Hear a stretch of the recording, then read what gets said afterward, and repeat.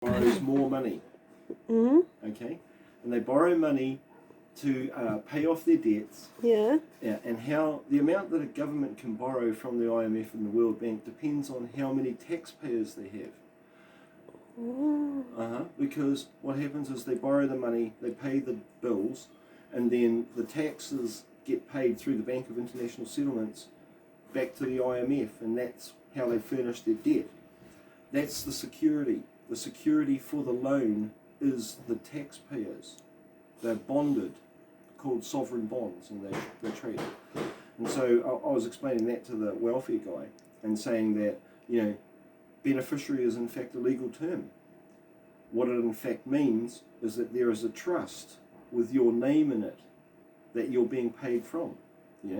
So that's what it means to be a beneficiary, and his wages are paid from the same account as the benefit is paid from, and he's in fact able to collect that because he's managing that for me individually. So and then he went on to talk about how they're implementing a few new things because they've come to realise that their attitude in government departments has been jaded. And so I suggested to him that in the next suggestion meetings that they have of good ideas, that maybe you could think about splitting WINZ into two separate organisations that are run in the same office, dual run, and when you go in there you have a choice of left or right, red or blue, or whatever you want, and each one of them offers slightly different services for the beneficiary. And then what that would do is that whoever offered the better services for the beneficiary would get more clients and therefore be able to be allocated more money. That would create a competition between them where they would be offering more and better services and streamlined fucking methods of being able to do that for the beneficiary. And he goes, well, that's actually a pretty good idea, I might suggest it. And I go, well, it's because when a human being is forced into something, they don't feel happy about it. But if you don't force them into it and you present them with a choice, they are much happier about it because they've had a part in the process.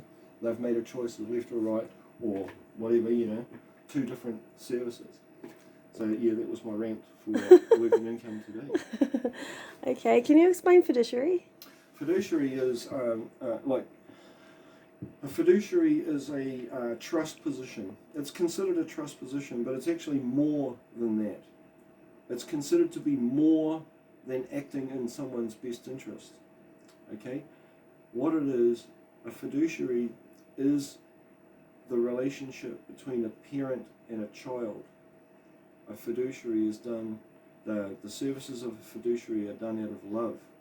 And that's where it's missing, in the original contracts that were made between the government and the people. The government actually promised to love us and take care of us like a father looks after his son.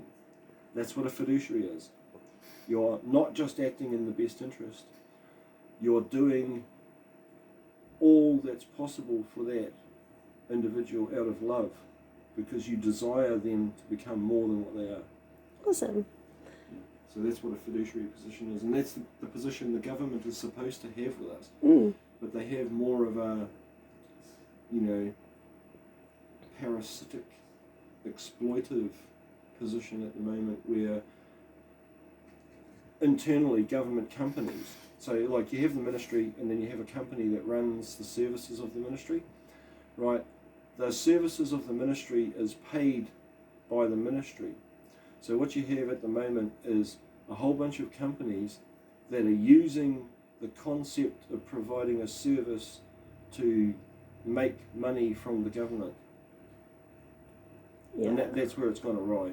The problem is that it's a commercial enterprise. Yeah, exploitative, and it's... they're looking at cutting corners and making more profit. Yeah, at the cost of, newborn babies and all sorts. That. And the truth is that the shareholders of those companies is the government. So okay, what's that called? That's called... It's a conflict of interest, really. Total. Yeah.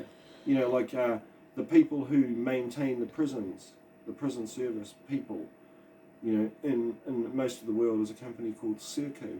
They manage the prisons. Well, that's Prince William's company. And Prince William also owns the legal system. And all of the judges and that swear an oath to him when they're talking about the sovereign. Mm. You know, because even though it's Queen Elizabeth at the moment, she's ending her reign, and it's probably going to skip over.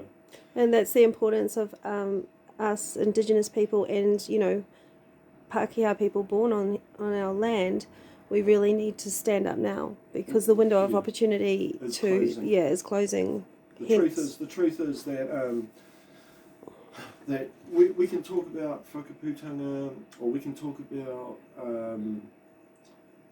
Bill of Rights or human rights, or we can talk about Magna Carta, or we can talk about any one of those documents, but the truth is that our rights don't come from them. They are merely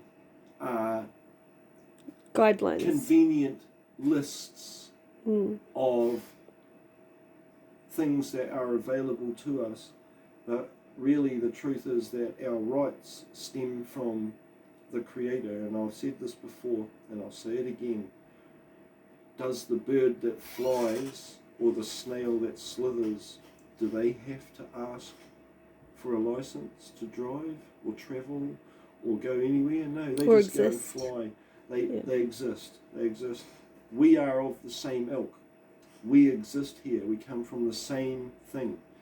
You know, it's preposterous that a group of human individuals can gather together and say that they have right to govern over any or other, dictate. over someone else. Yeah. That's why we're anti-government. We it's believe not- in self-governance. We're not anti-government. Okay? Well, I am. You know, like, government really means mind control, right? We're anti someone else controlling our mind. Yeah. We want to control our own mind. Yeah, self-governance. Yeah, and you call it self-governance. Is the goal. The truth is, from a magical perspective, the idea is own your mind, or someone else will. And cats.